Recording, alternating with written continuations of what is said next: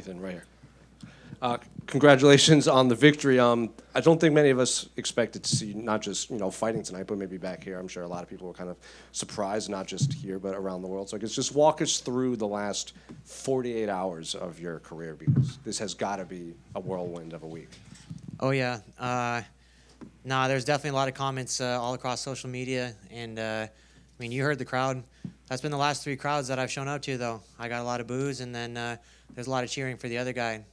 The last 2 were by knockout. This one wasn't as clean, but I put on a performance all the same. The last 48 hours, Thursday morning, I woke up past my alarms.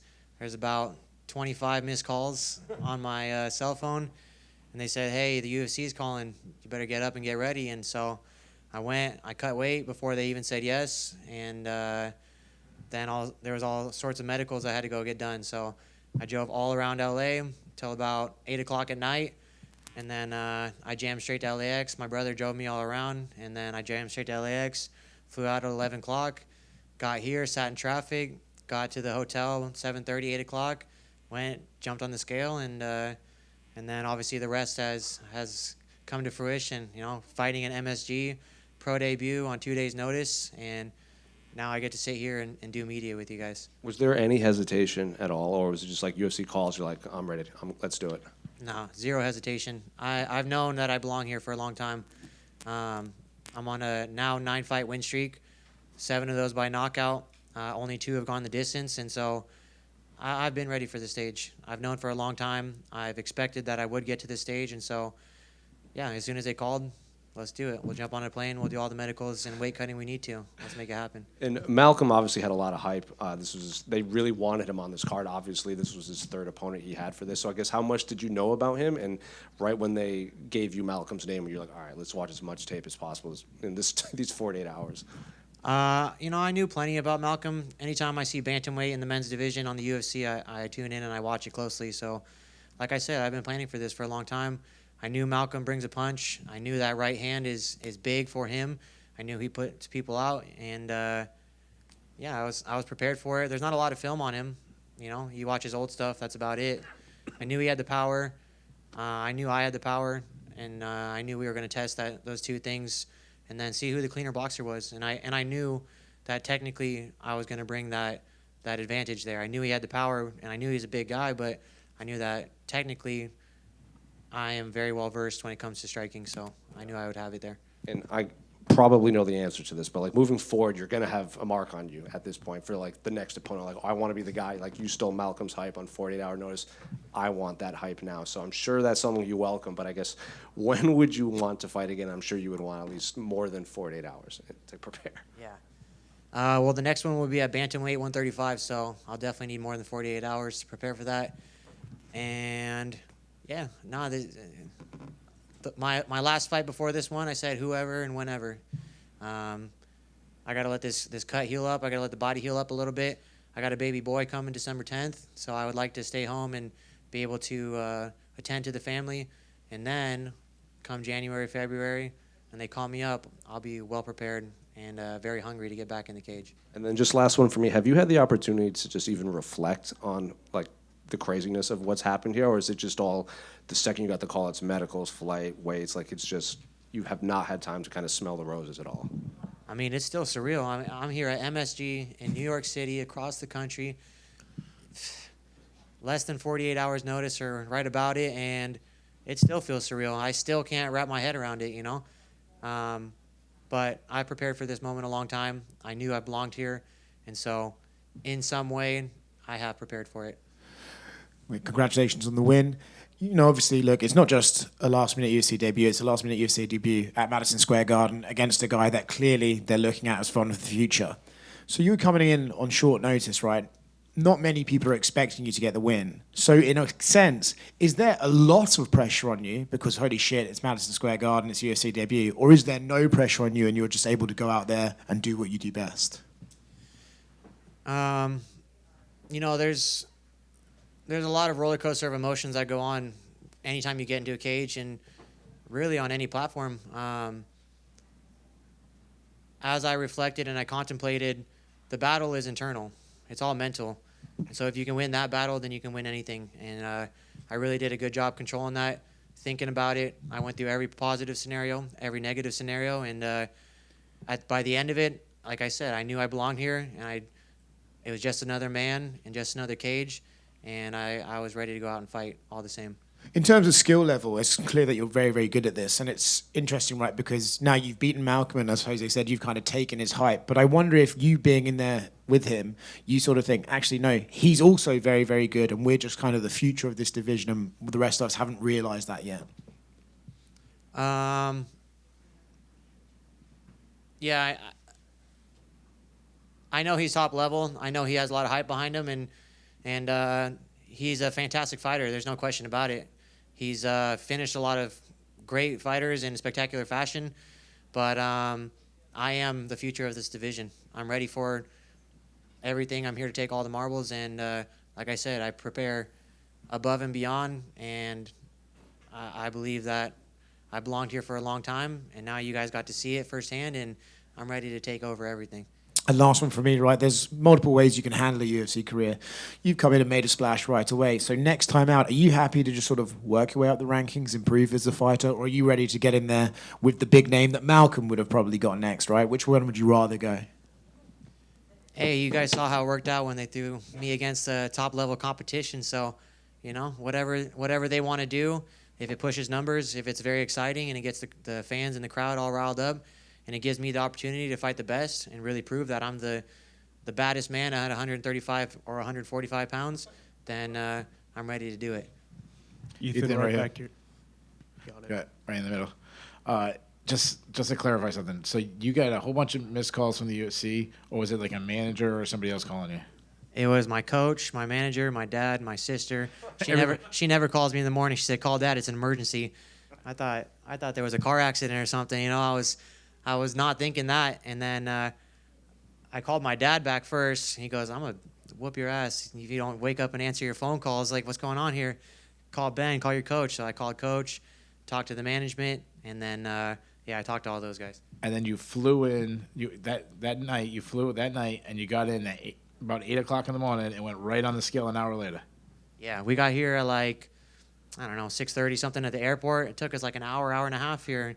I live in LA. I think the traffic is bad there, but man, it was crazy. It was a dead stop. So when I got here, it was 7:30, maybe closer to 8, and I checked weight, and then had to get the official Venom underwear on, and then went and jumped on the real scale and did it. Did you have to cut any weight?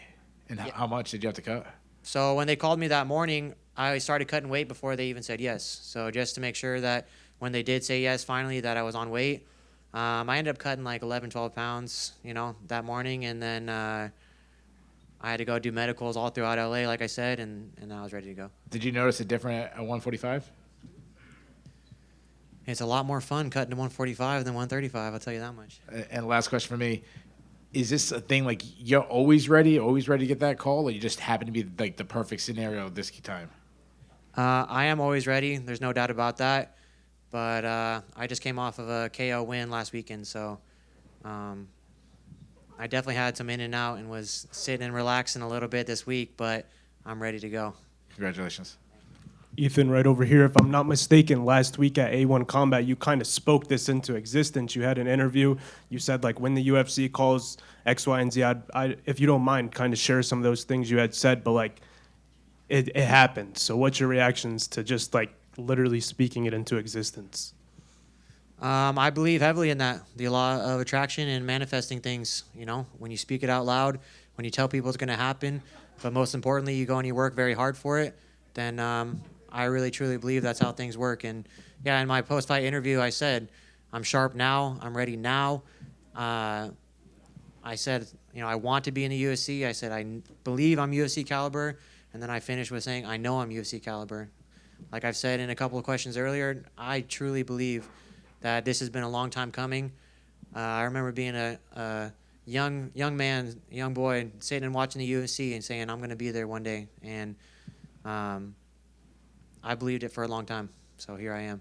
And tonight, obviously, you introduced your fighting style to the world, at least to the people who hadn't seen it before. Is there anything we should know about you as a person, too? Like anything that you find cool about yourself, you know, that we should know as well? I mean, what's not cool about me, you know? The coolest things. I mean, You know, I come from a big family. I'm the oldest of 8. I got a whole bunch of munchkins at home that are at my parents' house that I really try hard to be an example to. I got a little baby boy coming December 10th, which is very important to me. I'm an avid outdoorsman. I like to spearfish, and this is not the only adrenaline seeking that I do. So, yeah, anything that's outdoors, anything that's adventurous, I love it. But, you know, biggest is that I'm a family man. Those things are very important to me, and I'm a God-fearing man as well. That's the most important thing to me. and lastly, Uriah Faber's in attendance tonight. He was in one of the corners. Obviously, you fought for his promotion last week. Have you been able to speak to him tonight at all? I haven't seen him tonight, no. I haven't had that opportunity. Thank you. Congratulations. Had you even been to New York before? I mean, was it? No, this is the first time. This is the first time in New York, first time at Madison Square Garden, first time in the UFC. I mean, what do you think as you were coming to New York? I mean, you even thinking about the city? You're only thinking about the fight, or like? Yeah, I got to go stand at Times Square last night. We took a little stroll, and you know, this is a thing of destiny. That's kind of what I kept repeating to myself. There would not be. I would not be here if it wasn't for a very, very special reason to not only debut in the UFC on short notice, but to be in Madison Square Garden is spectacular. It's amazing to be in this big of a city where so much happens. Yeah, I've thought a lot about it, and this was a thing of destiny. This Were you saying that even as you stood in Times Square? Like, this is a thing? Yeah, you sit and you look at the lights and you ask yourself, you know, like, is this all real? Am I supposed to be here? And as you contemplate it, it's like, yeah, this is it. I've watched this as a young boy. I planned for this for a long time. I put in the work coming up, and now I'm here. Now I'm all the big promos, all the big lights and action, all the big movies. This is where it happens, and that's why I'm here, because I'm here to put on a show. What was it like walking into the garden and looking around at the? It's probably the biggest place you fought, right? I mean, Yeah. Well, last night was cool. You know, that you're all VIP, walking through the back and all that stuff. You get to sit behind the curtain as you're waiting to do the weigh-ins. You know, you got that picture of Connor where he's standing in front of the crowd at the weigh-ins flexing, and you just see this just never-ending rows of people. And I look at that picture often, and I manifest that I was going to be there standing in front of him. So then I get to stand on Ali versus Frazier's weigh-in scale, which is monumentous. I mean, I watch the boxing stuff. I'm very into the boxing stuff now as I've done more of it. And, yeah, it's a thing of destiny. all those times that you would watch these UFC fights and you wouldn't be a part of it, you wouldn't. What was it doing to you? Was it eating you up? Was it? What were you saying? What were you doing? I mean, Yeah, I would watch guys and just know I can not only compete with those guys, but I'm, you know, I think that I can go and finish these guys even. I'm definitely meant to be there. and you didn't seem surprised at the end, like you expected it. Yeah, you know, I just went 15 minutes with the guy, and we went back and forth, and yeah, I mean, I definitely landed the better shots. I had a couple takedowns to secure it. You know, he hit me with some clean things, but there got to a point where I just was like, this guy can't hurt me, and so once it was all said and done, I knew I had secured that victory. And one last thing, what did he say to you at the end? It looked like he was talking to you. He just, you know, he gave me major props, which was very cool of him. He's a hell of a competitor. He's a great guy. He was very cool every interaction we had, and he said, he's like, I've not only fought some of the best in the world, but I finished them spectacularly. And he just told me, you know, you're high level, you're world class, and he's like, best of luck to you. Just want to hear from me. Your Octagon interview, you did make a plea for a bonus. It's kind of an unwritten rule sometimes when asking Dana for a bonus. Sometimes he doesn't give it out. But have you had a chance to talk to Dana? Obviously, the circumstances surrounding this fight, you would hope that you would get that $50K, right? Well, I just said, Dana, you saw that performance, right? Have you spoken to him at all? Yeah, we went through all the secret tunnels up to the penthouse suite, and we got to meet with Dana and have a conversation, so it was very cool. Awesome. Over here. So I don't know how much you know about New York sports history or whatever, but the name Ewing hovers over this this arena, and it looms very large in this city. How aware were you of Patrick Ewing? Well, we have a long lost relation to one another. I could see it. No, it's clear. But I mean, is it kind of interesting to kind of just be able to create some new Ewing history here? Like, obviously, again, it's a name that means a lot to a lot of people in this city, but now you're a new Ewing that made a mark here. Well, now that you say that, it's very cool. Yeah, I've thought about cementing not only my legacy but the Ewing name for a long time, and it's tremendous to do that.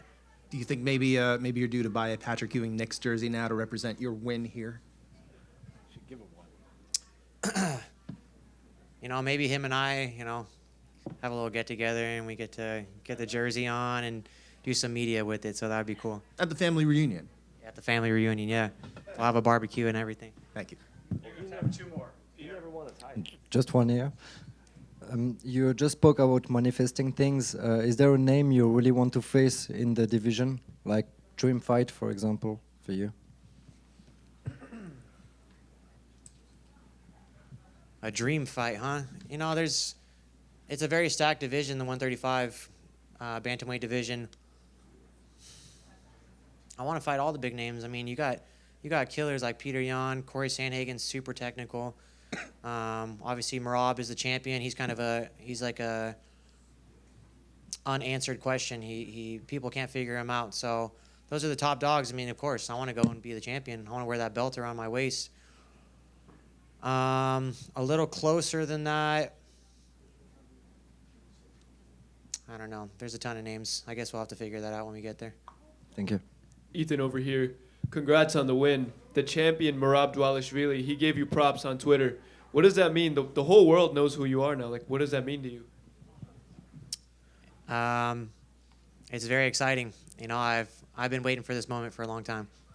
Congratulations. Thank you. John over here from Tunnel Vision Sports.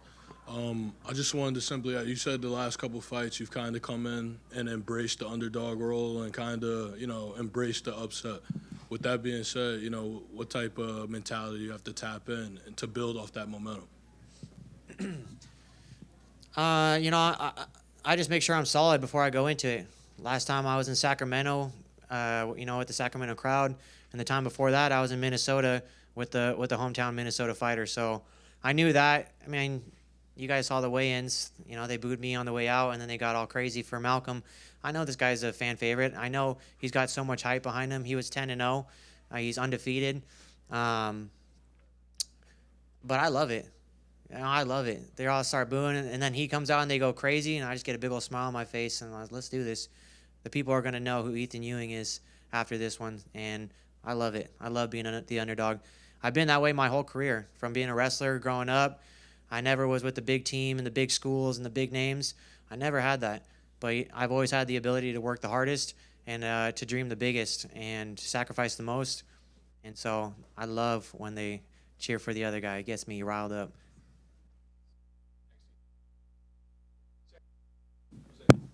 What about a name like Cody Garbrandt? That'd be great. I would love that name. Thank you, guys.